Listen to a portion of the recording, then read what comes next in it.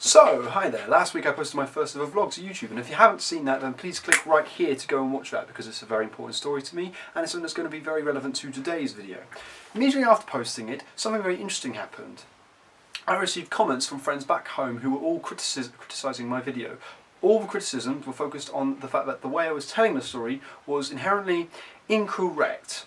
As I didn't nearly die in any way, that I was in no danger of dying, therefore it wasn't a near-death experience, and that I was just being melodramatic. Couple of problems with that. Number one. Well, Mr. YouTube or Mrs. YouTube community. I was being melodramatic, was I? Well, me and my pet Otter have something to say about that. Oh, being bloody melodramatic. I'm telling a story. How do you tell a story if you don't add some drama to it, if you don't have some energy about it? You don't tell a story with energy, you're clearly missing out on one of the fun parts of telling a story.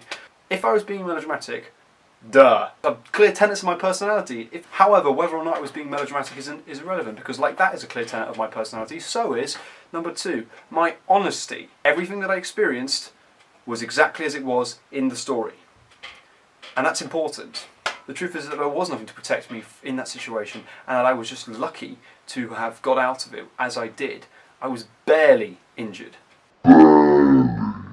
Problem number three, and I want you to remember this one. I feel like if we start qualifying near-death experiences in just our conversations, we'll be completely missing the point of it. The fact that I was nowhere physically close to death, based on my injury sustained, doesn't not make it a near-death experience. What makes it a near-death experience is the feeling I had when I was in that situation. The fact that I felt that I was incredibly lucky to have escaped death. Death passed me by and looked at me and said, "How you doing?" Quite a snappy dresser, actually. I'm glad I met him, but telling someone that their near-death experience doesn't count. It completely ignores their feelings on the matter and could cause them severe mental harm. Now, luckily, I am not at risk of that, but everyone else is not me. Stories have messages. This is why they have value. Religions that have existed for thousands of years have been able to do that because when they started out, the strength of the stories that they communicated with was incredible.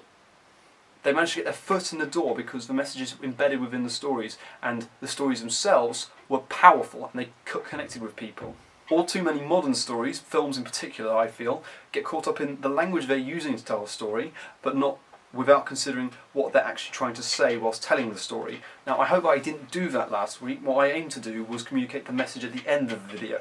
Something that was entirely personal to me. My video wasn't intended as an introduction to my channel or anything to introduce myself to people. It was intended to introduce myself to YouTube, but not YouTube to me. Now, the subject of storytelling is something that fascinates me in general, particularly in the medium of films, and I love reading and learning about it. So if you've got anything you want to say about stories or something interesting that happened to you, or what you feel about why we tell stories, then please put it in the comments. I could tell you thousands of cool things that happened to me. That doesn't make it a story. We do this in our interactions with people every day, with our friends. We tell them something cool that happened to us, like we got so drunk, or we went out to a club and we got so drunk, and we danced and we got so drunk. There's very rarely a message tied into them. Their point is to empathise or get empathy from people, or maybe even incite jealousy. If I have a proper story to tell, then I'm going to tell it. I'm going to try and tell it to the best of my ability. If that's not something you'd be interested in, then please click right here to subscribe. And I'll try and deliver it. Thank you for watching that video, guys, and if you really like what you've seen here, then please give it a thumbs up, like this. If you really want to see more of my voice and hear more of my face, then please click on the below to do subscription stuff. Also, I'm on Twitter, @GeorgeSeabrook. You can click on the below to go link straight to my profile page. Yes, I'm upside down. I know. Tune in next week to find out why.